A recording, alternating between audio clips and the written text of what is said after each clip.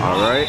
Who are you and what do you do? All right, I go by the name of Stills. Stills the Great. Everybody knows me as Stills, but my name is Dwayne. Pretty much I lived in this community my whole life. You know, I created an organization called Bars and Hoops. Right now what you see behind us is the Bars and Hoops Round Ball Classic. It's pretty much a tournament that we put together for kids within the neighborhood and the surrounding areas of the neighborhood between the ages of 8 and 13. Now the purpose for that was because as I was a kid growing up, there was always outlets for us to actually come and relieve our stress, have fun, and do other recreational things to keep us out of trouble. So I kind of wanted to create that same thing in this environment, in this community.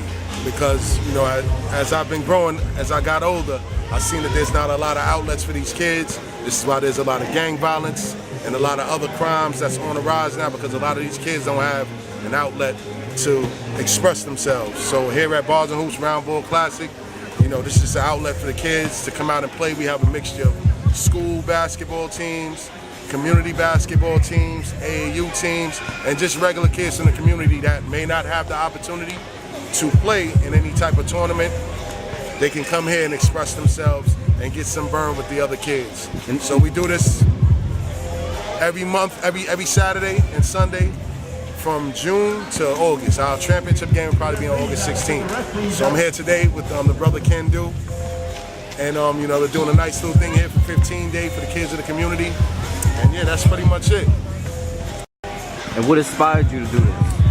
What inspired me was, you know, just seeing that, you know, the kids around here, they don't really have much. And in my day job, I do a lot of work with a lot of elected officials out here in this community. And I see that there's a hole that needs to be filled. So it inspired me to kind of create something to give these kids an outlet to play, because, you know, the children are our future. You know, I'd rather have a kid playing basketball than picking up drugs and selling it to somebody in this community. You know what I mean? And if I can help by creating an outlet for them to do that, this is what I'm here for. So I get great pleasure in doing something like that. Hear that?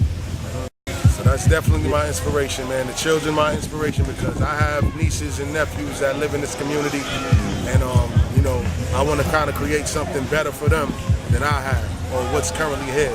So with this tournament, brought a lot of exposure to the playground that hasn't been done in many years. If you look around the community, you see other schools that are upkept, glass backboards, track and field, football field, etc. In this park, it's just an open space and some old dilapidated basketball courts. So by me doing this, it inspired a lot of elected officials to take pride in actually rebuilding the community. As you can see, this whole area has been the same for the past 20 years.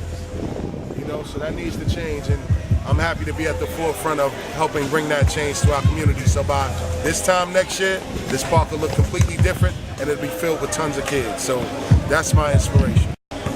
And what's your plans for the next 5 years? My plans for the next 5 years is to create an outlet for children, not only basketball, because I'm also involved in music. I know people involved with film, music industry. I do my own podcast, so what we're trying to do is use this as a tool to get kids in and push them into those other outlets that may interest them in their lives. So in the next 5 years, I look at our organization to expand and create more outlets for more kids that may be into dance, music, movies, other sports. That's what we're here to do in the next 5 years, God willing, you know, that can happen. And tell me more about your podcast. Okay, the podcast that we have, of course, is Bars and Hoops. When you hear the word bars, people automatically think alcohol or prison. No, but bars is sports. I mean, bars is music, and the hoops, of course, is the sports aspect. You know, bars and hoops goes together. When you look at everything from basketball to commercials, there's always a correlation, and there's always a lane for hip hop and that particular world to meet, whether it's sports or whether it's, you know, just anything in the industry, commercials. They have all types of lanes to where hip hop and that particular genre can actually meet. So I put the two together. My podcast mainly focuses on sports and music and entertainment. You know, we want to give light to entrepreneurs that may not have the outlet, that mainstream outlet. You know, up and coming entrepreneurs, music producers, rappers, ball players. Everybody has a story that can be shared. You know, because the story for everybody isn't glory at the end of the rainbow. You know what I mean? So if that story can help and inspire somebody that's actually watching, we want to kind of bring that to the forefront for people to get inspired and see what other people's mistakes were or what other people's successes were, so that they can either emulate that and create their own lane, or just, you know, become a better person in general. So that's what our podcast platform is, and you can catch us on iTunes, SoundCloud. We're on YouTube at Bars and Hoops. That's BARSAND Hoops. And we also have the website, barsandhoops.com.